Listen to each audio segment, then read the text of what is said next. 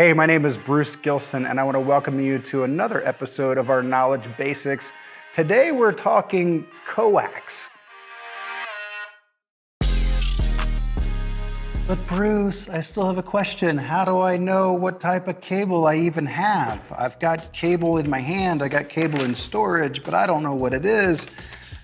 Okay, cable can get a little bit complicated, and different manufacturers use different practices, and so I can't exactly tell you, well, just do this thing every time because it's going to be the right way. But on the cable, all the manufacturers will print some form of a long digit of information that's on the cable, and all that stuff has different meaning.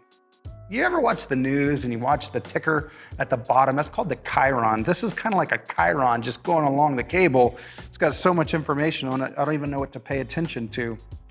But if you can figure out how to interpret some of this. So this one says Video Brilliance by Belden. 4855R, that actually is the cable type. Then it says 12G, 4K, UHD.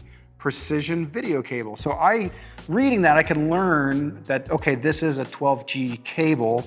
And then I would go to 4855R on Belden's website, look up, and I can find out what type of cable. In this particular case, it's mini RG59, but the cable doesn't say that. So I'd have to go look it up. All right, now, this one is made by West Penn.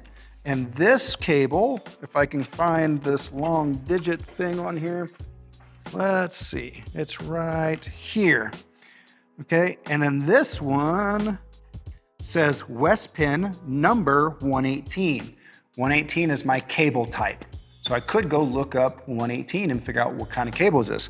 But then Belden also tells me that this is RG59 type cable. That's great news for me because now I know that this is RG59. I can go get RG59 connectors for my cable type. And then it tells me some more stuff about it, that it's pro video cable and it's HDSDI and blah, blah, blah, blah, blah, blah. It's made in the USA. It's gonna tell me how many feet are in it, and it's got a lot of information on there. The main takeaway is you can read your cable type. Try to figure out what your cable, like the cable number is, the cable type number. Then you can go to the manufacturer. Almost all of them put their manufacturing name on there. So in this case, West Penn, I would type in West Penn, and then I could type in number 1819. And then I could go to the spec sheet, and on the spec sheet, then it would tell me what kind of cable it is. They're also probably gonna recommend connectors for you, and so you could just use the recommended connector. And that's a really good, useful tool, especially if you're working with cable you're not familiar with. You could just look it up, get the right connector, connect it, and then it's gonna work. Well, we hope.